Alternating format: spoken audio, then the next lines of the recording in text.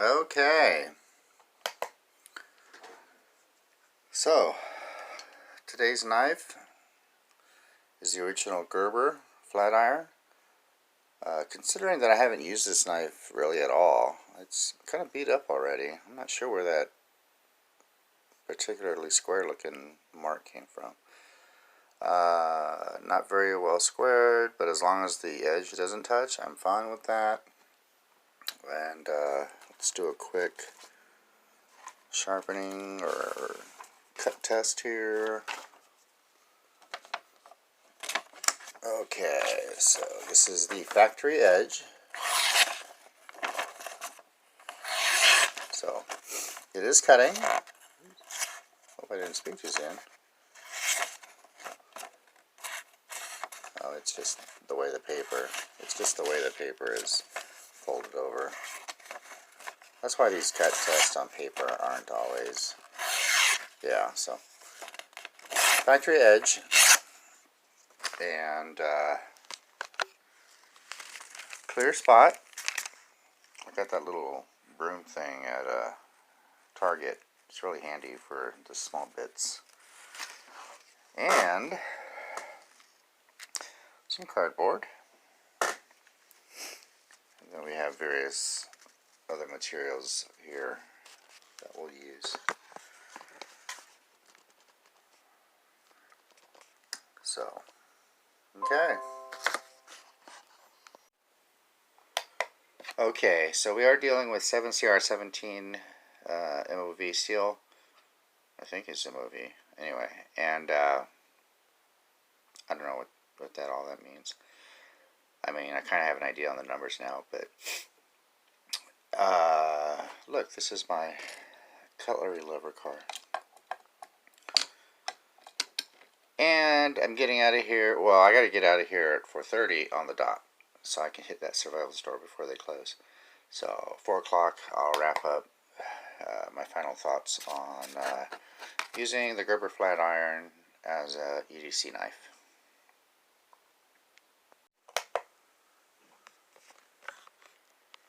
Okay, so there's the amount of material.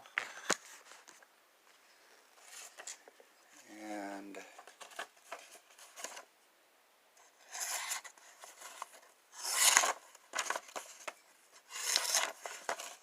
this is really not a good paper. There's an edge.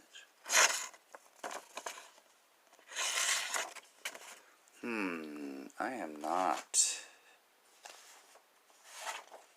pleased with that.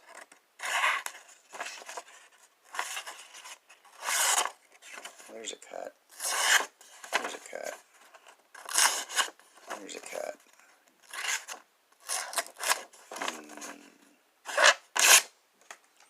One more before I decide.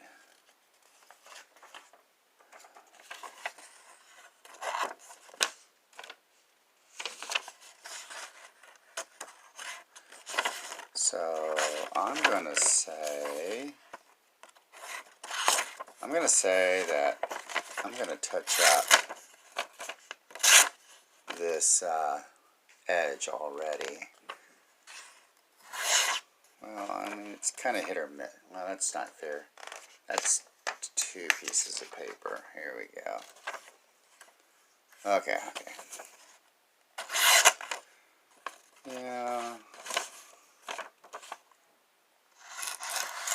Yeah, so I'm going to go ahead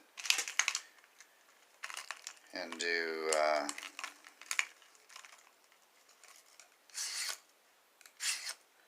3, 4, 5, 6, 7, 8, 9, 10, 1, 2, 3, 4, 5, 6, 7, 8, 9, 10. So there's 20 passes on the ceramic rods. Oops. Oh, that's already cut.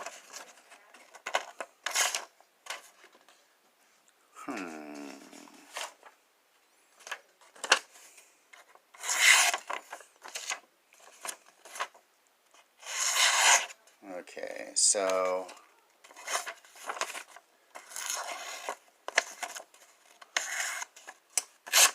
I'm not happy with that.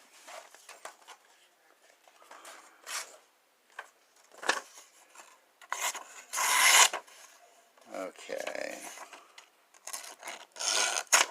We're going to do another 20. I won't bore you with the details. Okay.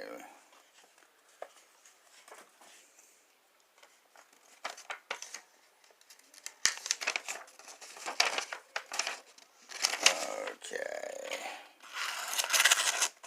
Huh.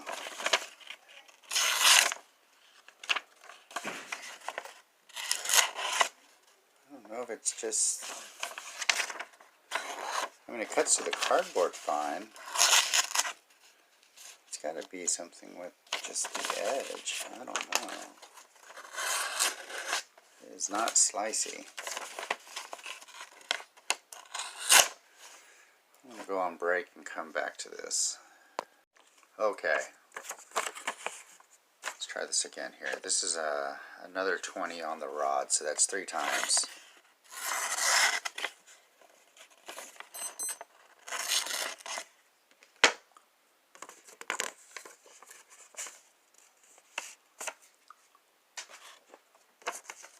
Now I know that I've gotten plenty of knives back to cutting paper sharpness with the ceramic, so it's not that.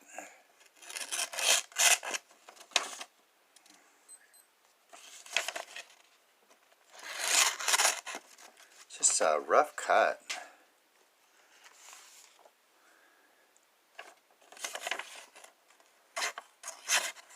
Just not as slicey.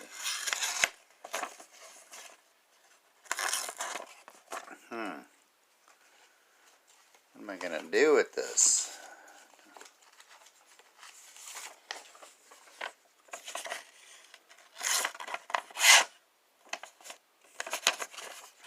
Try another 20.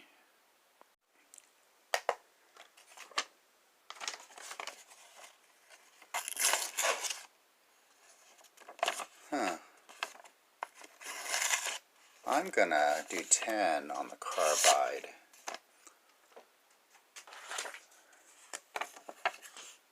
This is kind of thick. That's really not fair to use. Do I have any more thin paper? This is pretty thin.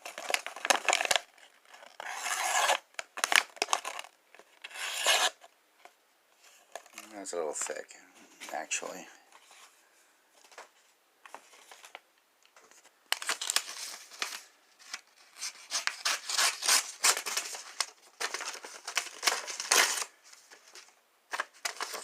It's a little thick too. Well, it's cutting. Let me do, no, not really. Let me do 10 on the carbide. Okay, 10 on the carbide.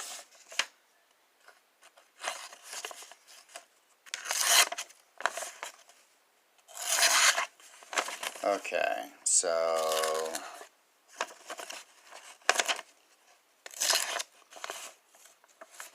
is it just the paper? It started out. Okay.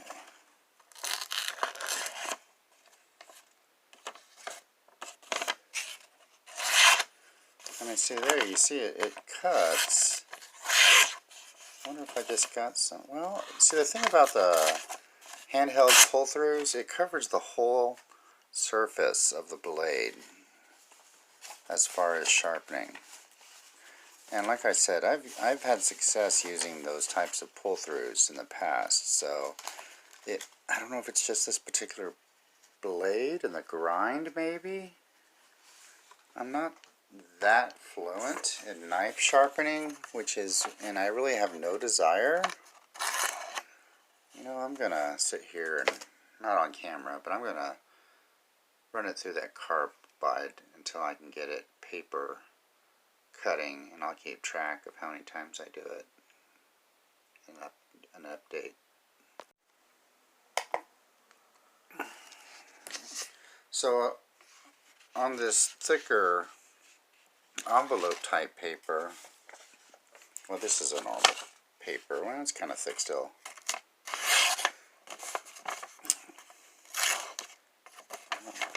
maybe part of it is just the grind, because it's cutting a lot better. And I may have to just, when I touch it up, instead of using ceramic, if I have to touch it up, instead of using ceramic, I'm going to have to use the carbide.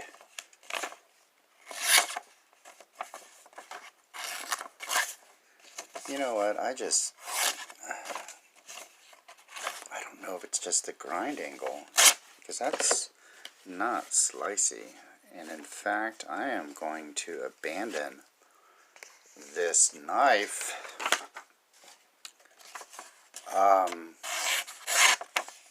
See, this paper is still kind of thick, so it does get, well, see, I spoke too soon. I'm going to call it quits on this knife. Now, let me make sure it's understood that that's just plain paper cutting test. It still will cut cardboard. So in reality, if you carry this as an EDC, it's going to open your boxes, it's going to cut your tape, it's going to break down boxes. I can't really think of a scenario where you're cutting plain paper with a knife that you wouldn't use scissors for. I'm going to go ahead and call it quits on the trying to get it to cut paper. I'm really feeling like part of it is just maybe the angle. I don't have nor use any more advanced sharpening systems. I don't feel like using the diamond stone. I just like the convenience of the pull. And I know that a lot of people think pull through sharpeners are crappy, but this is the first knife that I have not able to get back to paper cutting sharp with a pull through. And it's not worth my time or effort to invest in anything more big time. Long story short, I'm just going to stop the cardboard and start, well, you know what, I'm done with this knife. I don't hate the knife, I like the knife, but I just don't think it's good to sharpen with a pull through, and that's kind of what I do. So I'm going to call it quits on this one, and finish out my day and move on. So, give you a sneak peek though, tomorrow's knife, we are going to use, where's it at here, this Boker little friend. It's got the same steel, so we'll see if there's a difference. And it's a factory edge, they were both factory edges. And that's going to replace my Uzi neck knife. So, so there you go. Okay, that was a short one. Yeah, I gave it one more go. I found some thin paper that I'm going to use for my cut test. And yeah, it just does not want to cut. I mean, it cuts thicker things. Let me see, where's my hand here?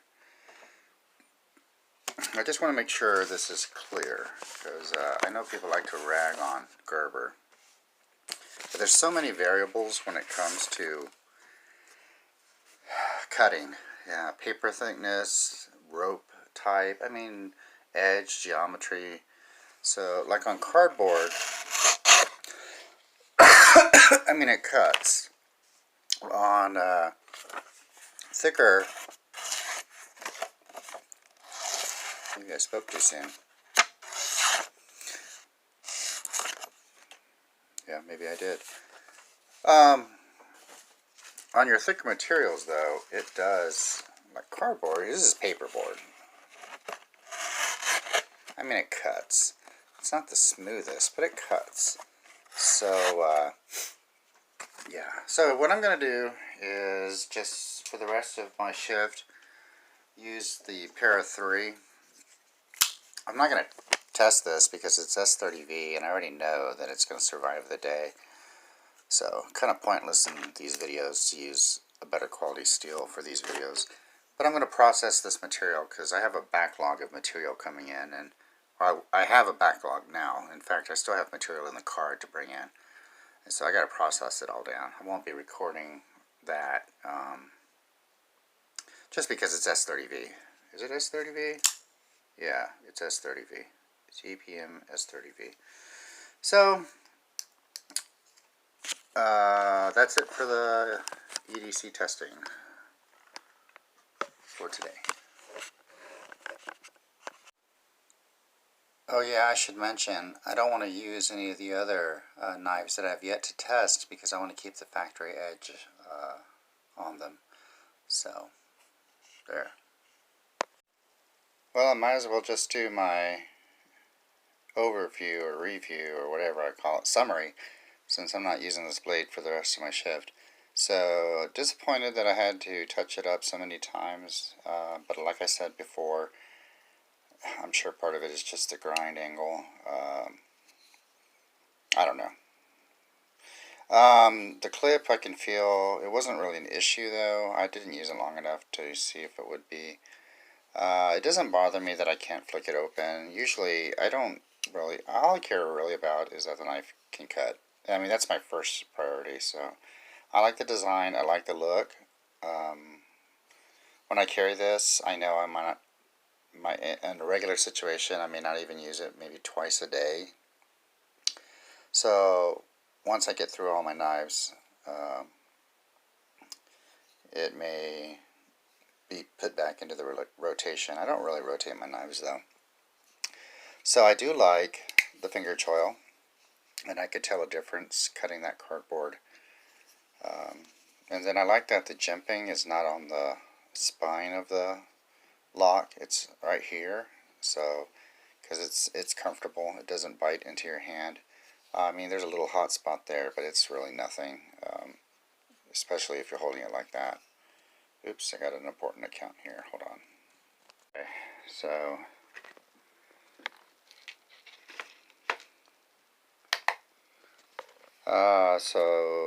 I do like the tip of that blade. Very, very pointy, stabby. So that's a plus. And yeah. What did I write? Ceramic. Oh yeah. Okay. Anyway.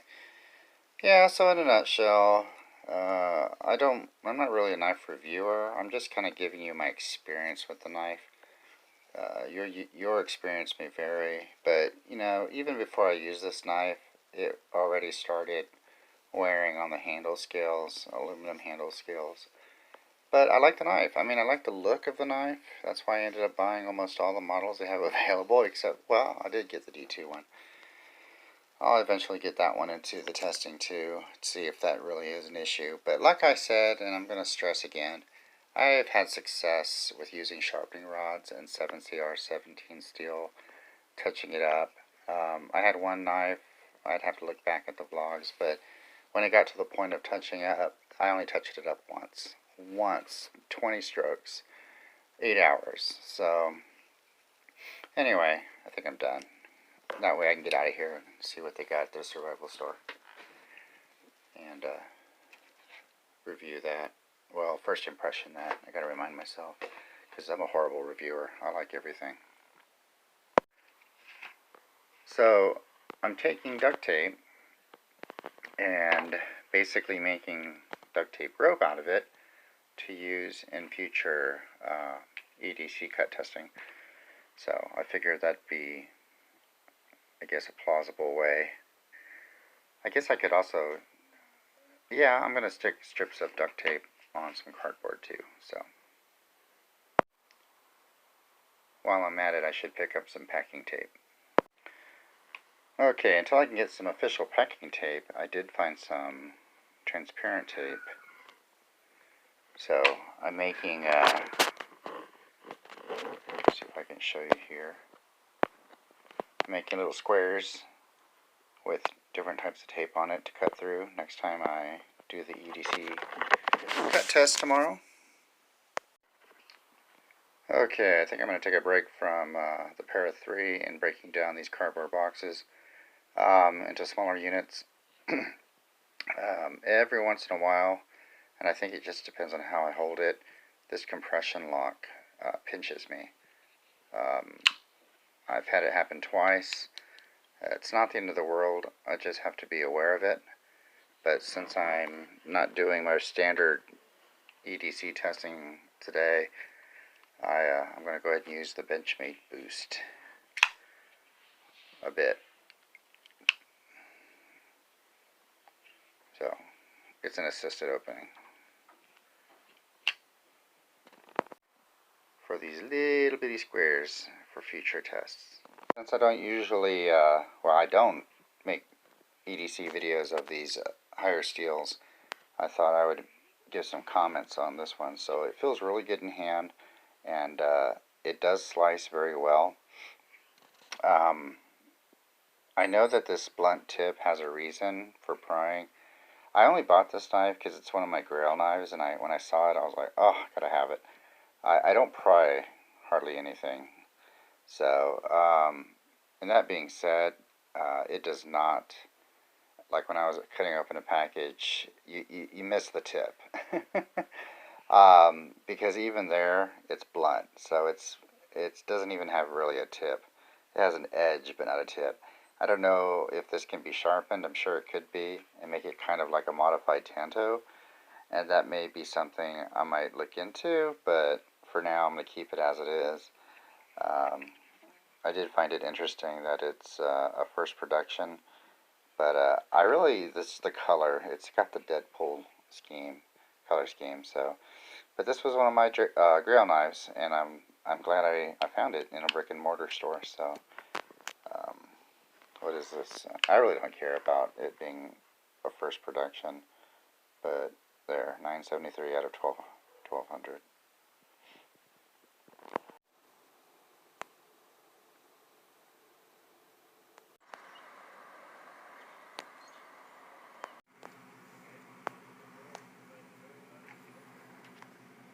Okay, I love churches, but man, look how little these legs are today. Oh my gosh, look at that.